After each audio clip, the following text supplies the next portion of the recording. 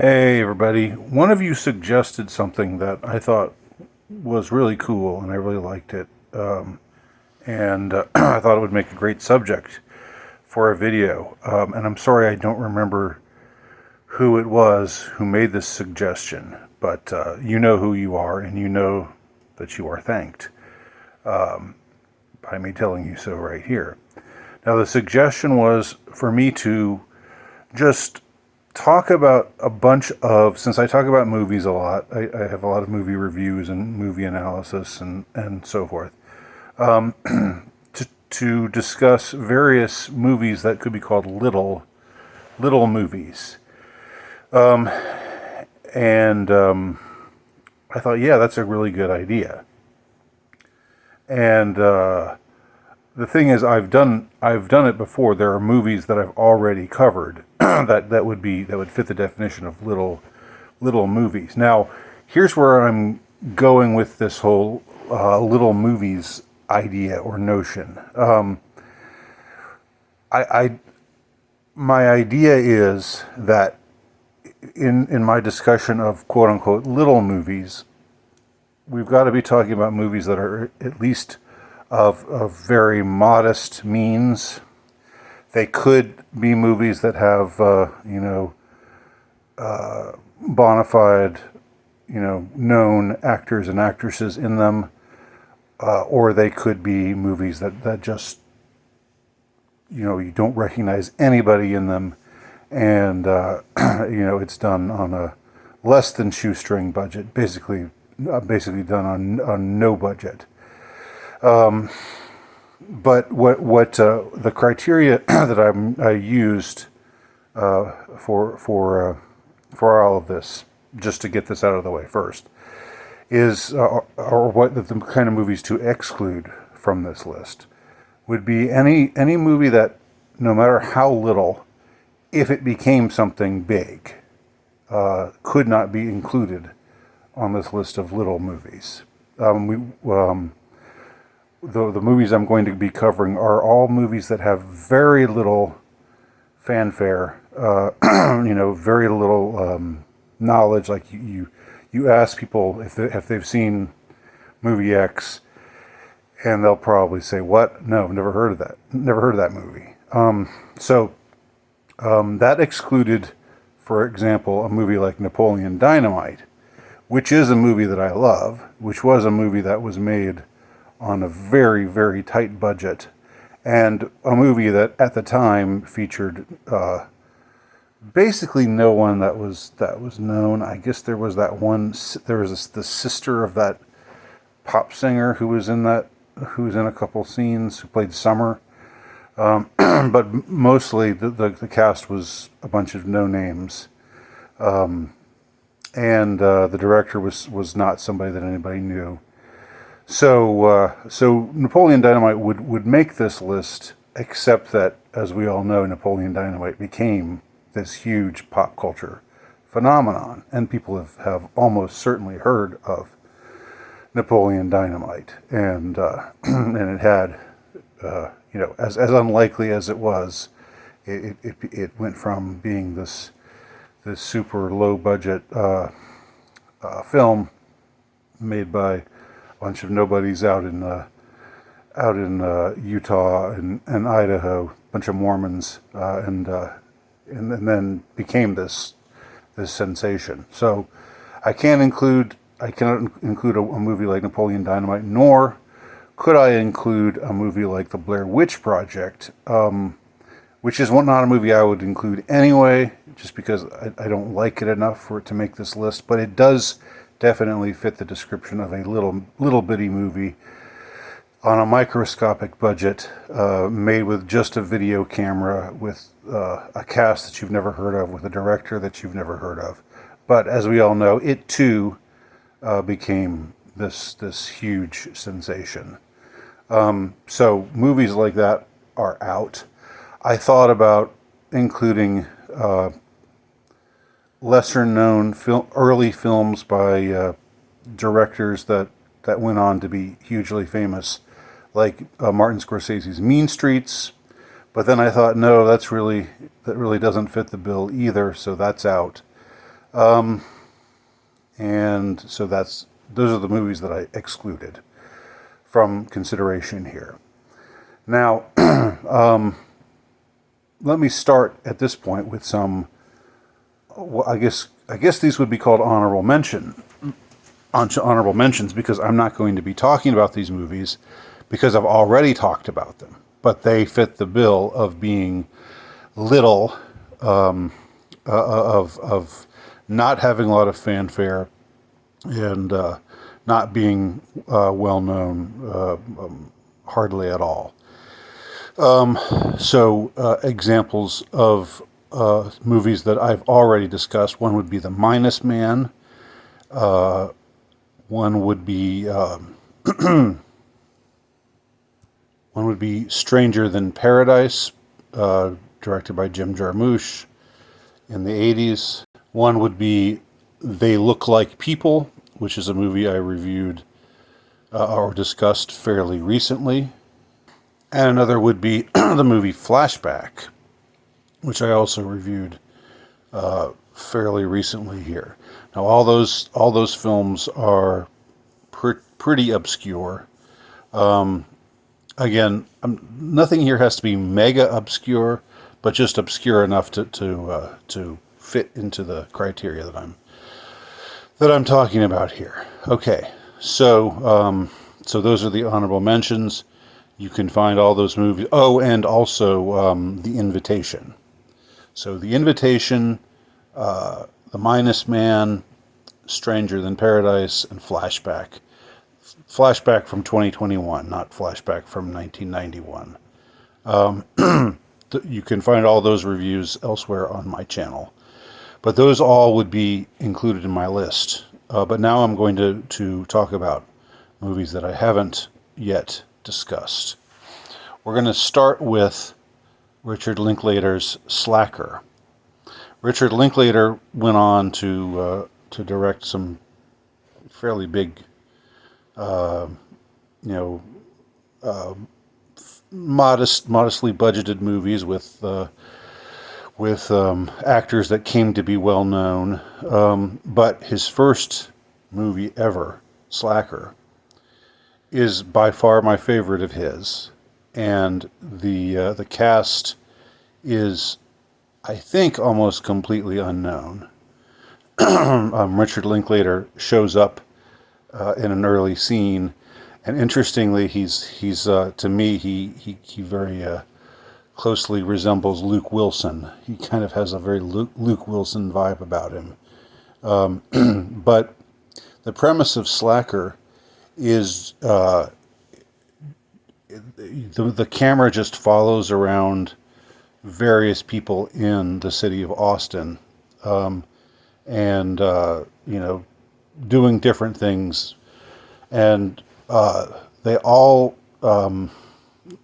there's no plot per se, but we do start to see certain patterns emerge. These are characters who either are obsessed with something, or who have a certain goal in mind that they're trying to accomplish, but they're not. But as the name would suggest, they're not really. They're kind of biding their time, getting there. There's also some people who are just flat out crazy, and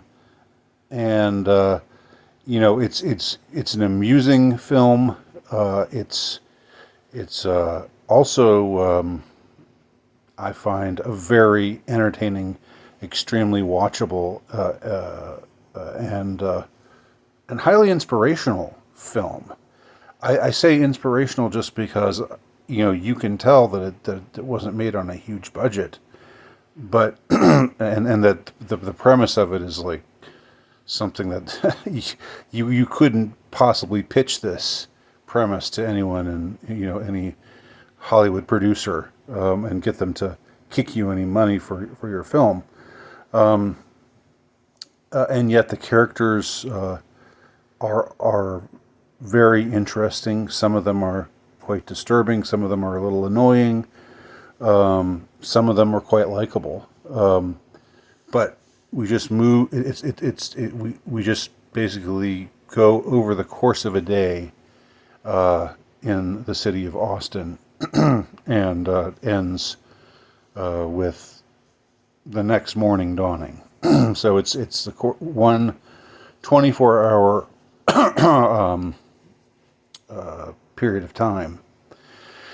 And interestingly, also, there's a billboard advertising Ron Paul, Libertarian for President, who I think at the time Linklater was fond of, or wanted to provide public publicity for. So that's also something to look forward to. I don't know whether this movie has highlights per se. A lot of people focus in on the weird girl who talks about having stolen a Madonna pap smear. That seems to be a scene that certain people gravitate towards. There's also people talk about the guy who's just obsessed with JFK assassination stuff and just won't stop talking to this girl in a bookstore, who's clearly not interested. But that's all that he can. That's all that he can think about to discuss with her. So there are a lot of situations like that are awkward, but also amusing. The acting is uneven, but again, there's something just really cool to me about featuring a bunch of people who you don't know from anywhere, who you would not recognize from anything. And I don't think any of them have been in anything since then. I might be wrong, I might be mistaken, but I think they just went on being obscure, which is great. God bless them all. So that's my first choice of a little movie that I think could stand to catch a bit more love. People talk about other Linklater movies, especially the one he made right after that, Dazed and Confused, which seemed to be was really popular because it was about the 70s, and it was like teens partying and drinking and smoking marijuana and stuff. And I was sort of like, okay. Like I didn't so much see the big deal there, but with Slacker I did. Slacker, again, my favorite Linklater movie. I'm not just saying that to be hipster here. Okay, next movie I want to discuss is a movie called Zero Day. This is a movie that I think you can actually watch for free right now. And by the way, I think you can watch Slacker for free on YouTube. Just type in Slacker full movie. I think you can I think you can watch the whole thing, and I think you can even watch. There's like a director's commentary, like they used to have for the DVDs. I guess they still do for people who still purchase DVDs. But so you can hear a Linklater talk about everything. Well, that's on a different. That's a different YouTube video, but Zero Day is a movie that is also available on YouTube for free. I think maybe there's one scene missing. I don't know why that is, but anyhow, Zero Day was made in the early aughts. I think it came out in 2003. That's the same year that Gus Van Sant's movie Elephant came out. Both Elephant and Zero Day are about a Columbine-esque event. They both follow two high school students, disgruntled high school students, en route to shooting up their schools. And I like Gus Van Sant's Elephant. I think it's a good movie, but I prefer Zero Day, and I think it gets a lot less pub because, number one, it wasn't a big-time director who made it. Number two, very shoestring budget. This is the 0 Days is essentially, takes a page out of the Blair Witch Project's, method, which is to say it's entirely a video diary being kept by the two boys as they're working their way towards committing their atrocity against the other students at their school. So it gives us a chance to see these boys as they go along, and how they relate to one another. It seems at first that one of them is more the leader type and one of them is more the follower type, but then you see other scenes that kind of twist and turn that around. You've got one guy who seems more like the Eric Harris type, who's really obsessed with guns, and very, very into military stuff. And the other kid is more of this, more Dylan Klebold-esque, more of like a I don't know, a poet, and like somebody who just goes into these philosophical musings about who they are and what they're doing, and the significance of it all. And both of the boys are actually quite likable, and it makes for a very unsettling viewing, as because you know what they're planning towards, and you know that it's inevitable. You know that it's going to happen. And by the way, when we finally get to the school shooting itself, that then we shift away from the video diary, and it becomes the school security cameras that are capturing all the shootings that are happening. So I don't know that they do. It does kind of break from its conceit there at the end, but I didn't so much mind. I thought, and I still think it had been a while since I had seen this movie, but I rewatched it just recently, and I thought, I still believe it's really, really well made, well acted. We see the boys, we see their families, we see some of their friends, we see one of the guys sort of with a girl who could be a girlfriend, and the thing is that nobody has any idea what they're doing. Nobody has any idea what they're up to, except the two of them, which was the same case as happened at Columbine. Nobody knew that Eric Harris and Dylan Klebold were planning what they were planning. How are they able to keep that a secret from everybody? This movie kind of explores that a little bit, and it's definitely worth watching. It's not gory, but it is disturbing.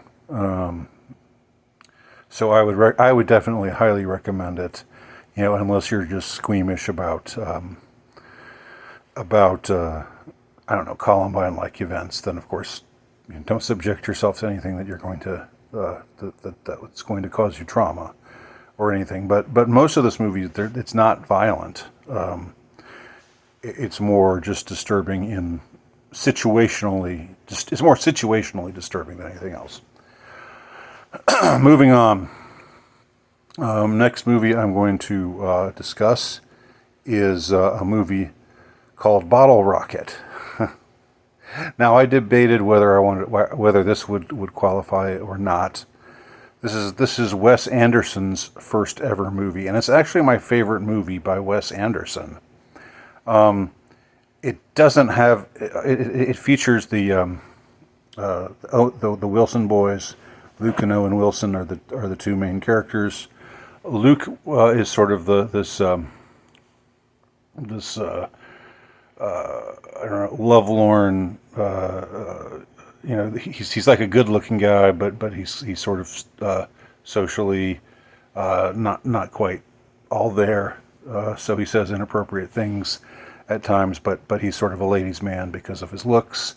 But he starts off in a mental institution, and his brother, who's his actual brother, Owen Wilson, who definitely steals the show, is the character of Dignan, which is a name that's just funny. And so Dignan wants to break him out of his mental institution, even though he's leaving anyway. So on the day he's being discharged that day, but Luke Wilson's character tells his shrink, "Look, it's just my brother. He wants to have this, and we need to do this for him." And the shrink says, "Well, okay, but hurry, because this doesn't look good."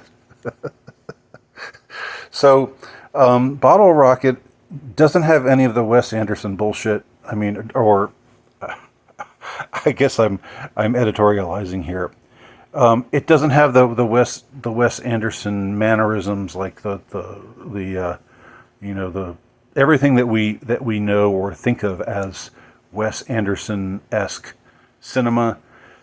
None of that is present in this movie, except the only thing that's left are these quirky sorts of characters. But it's basically just done in a style, of a low-budget indie film. And it's very charming. It's not disturbing, although the boys are planning some things. They're not planning something as evil as the boys in Zero Day are, but they want to pull off some heists and things, and things go wrong and so forth. It's not a deep movie, but it's a very, very funny movie. I think Owen Wilson's character, like I said, definitely steals the show. This was the first movie that I really became aware of Owen Wilson without really knowing who he was, as Dignan. I'm not sure. I think this is before. I'm pretty sure this is before The Minus Man. This was maybe earlier. I think this is like the mid 90s. So that's Bottle Rocket. I'm going to talk about two more movies. The next movie I want to discuss is a movie called Primer. Now, this is I debated including this one for a couple of reasons. One of which is it really does have a big following, or it has a following. Like there are people out there who know this movie and who revere it and swear by it and think it's the greatest thing ever. And it is a very extraordinarily made movie, made on a tiny, tiny budget, but it's about time travel, and it's one of the plot-wise, you're not going to be able to follow it. I had to watch a video where they told me pretty much what all happened. And I was just, even there, I was just sort of like going, oh, okay. And, I'm not necessarily the sharpest tool in the shed, but usually I can figure out kind of what's going on. And here, it was just really hard to follow. But essentially, you have these men who are working on a time machine where you can go back a day. And originally there's 4 men who are working on it, but then 2 of them sort of get the jump on the others and decide to immediately put it into effect. So, and there's lots of like tech speak. They like the first 10 or 15 minutes or so are these guys talking to each other in a way that most of us won't be able to understand. But there's a real integrity to that, because it's not like listening to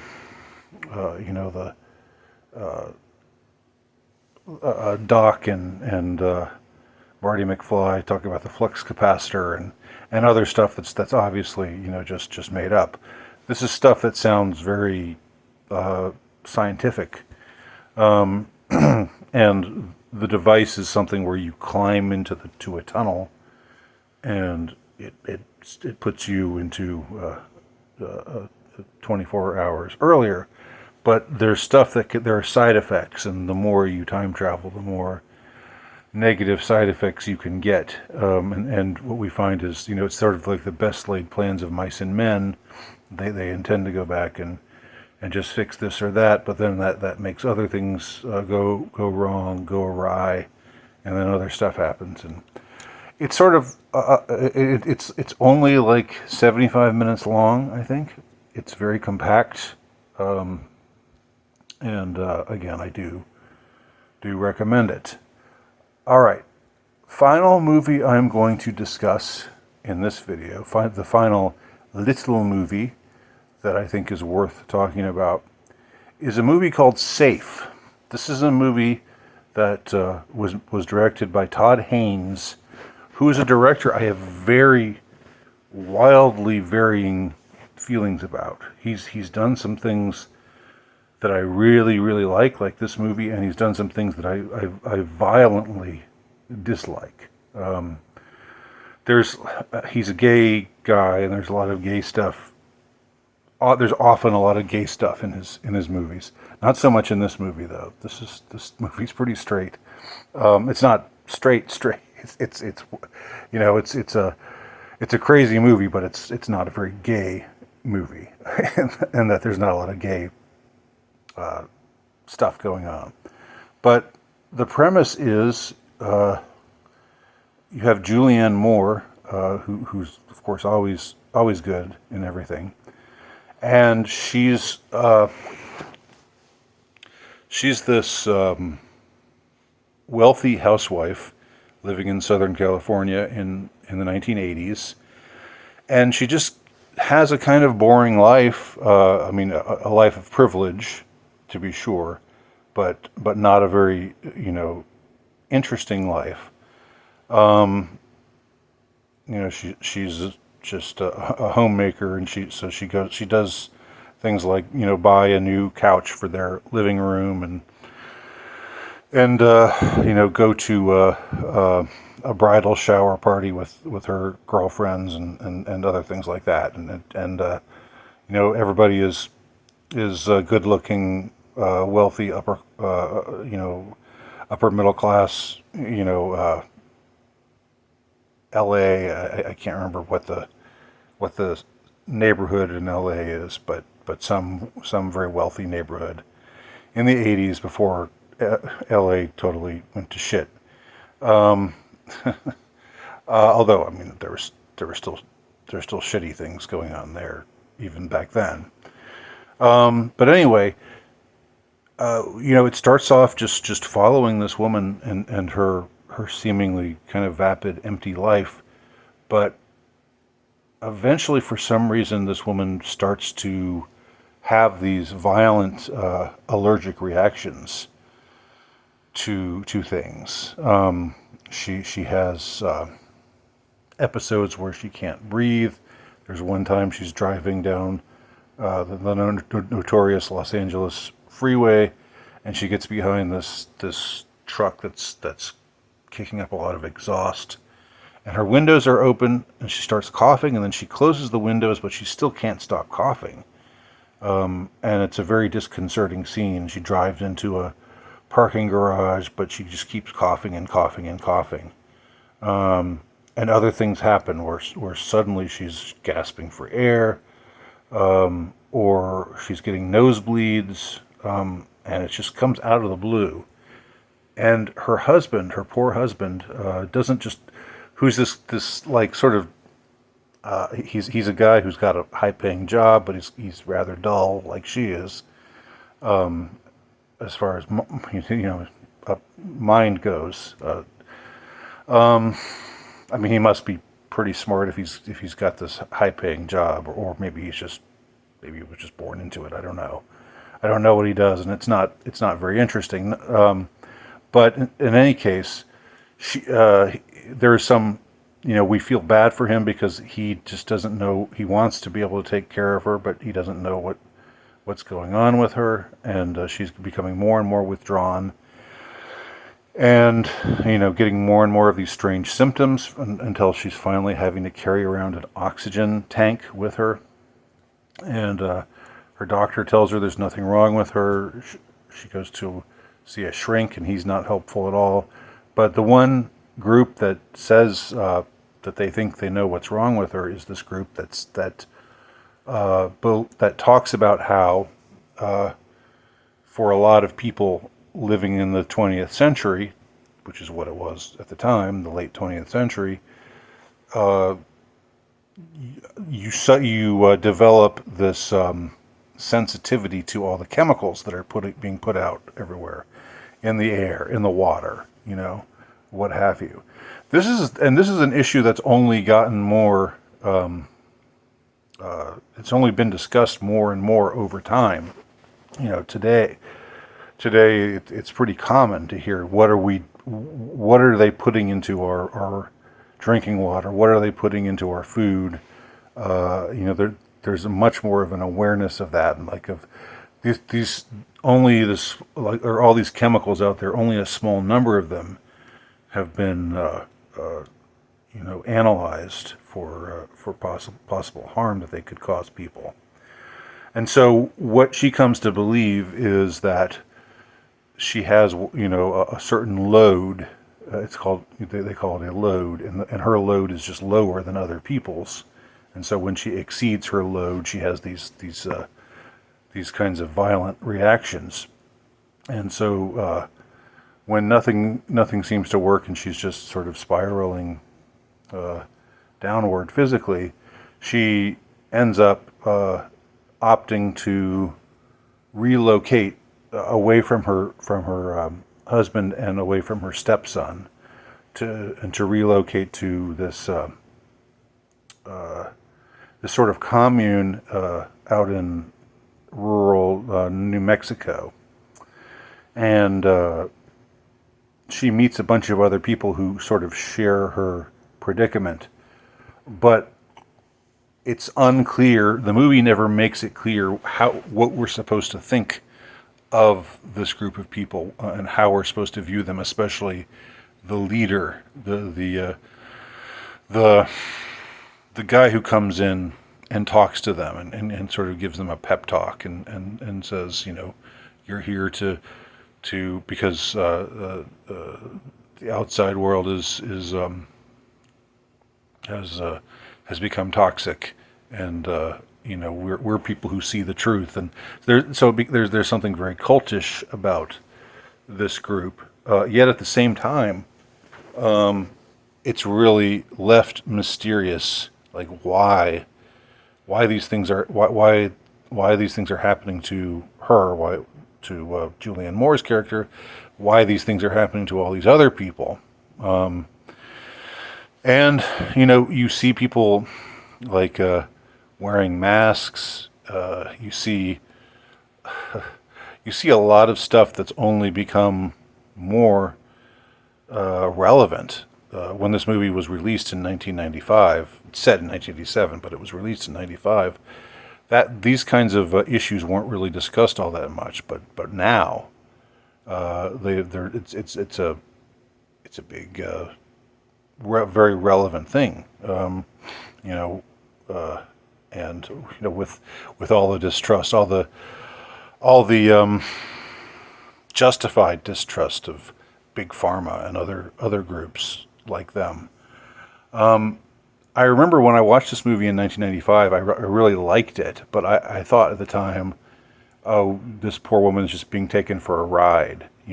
She's this cult doesn't have things right. They're just wacky and all that. This time when I watched, although I still didn't necessarily think that the cult was totally on the up and up, there were moments where I was much more sympathetic to them, and even to their leader, who's introduced as he's a man with AIDS who's so there's a little bit of gay stuff. He's a man with AIDS who's suffered poisoning or whatever, chemical poisoning, or but who's gotten through it, and he lives in this huge mansion on top of the hill. So that's a little suspicious. But there's a scene where he comes in and he says, I'm not watching the news. I'm not paying attention to what they're saying in the newspapers. I'm not. I'm just. I can't let that affect.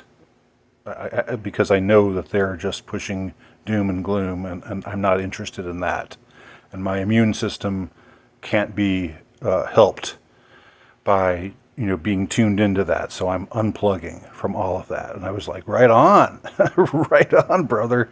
That's exactly how I feel. Even though I don't have AIDS, and I'm not a cult leader, but it was interesting to me how prophetic this movie was. And I'm ending on this note on talking about the movie Safe, just because I think of all the ones that I mentioned, I think it's the one that definitely deserves more recognition, because it's a very well made movie, and it sneaks up on you. It's slow. It's slow building. It's a slow burn, like they say, but it definitely, when it comes together, you're still not, and by the time it's over, you still don't know whether our heroine, who manages to be likable. She seems like a really sweet lady, even though she's kind of dim-witted and stuff, which we always sympathize with her. But it ends with her in this situation where maybe she's better off, but maybe not. And it's a very open-ended ending, but it's very evocative and thought-provoking. So those are some little movies for y'all to chew over, and let me know if I'm open to doing this again. There are probably lots of movies that I missed out talking about here, so if you have other thoughts of movies I should see or should talk about, leave them below. And thanks again to the person who suggested this idea. And talk to y'all soon.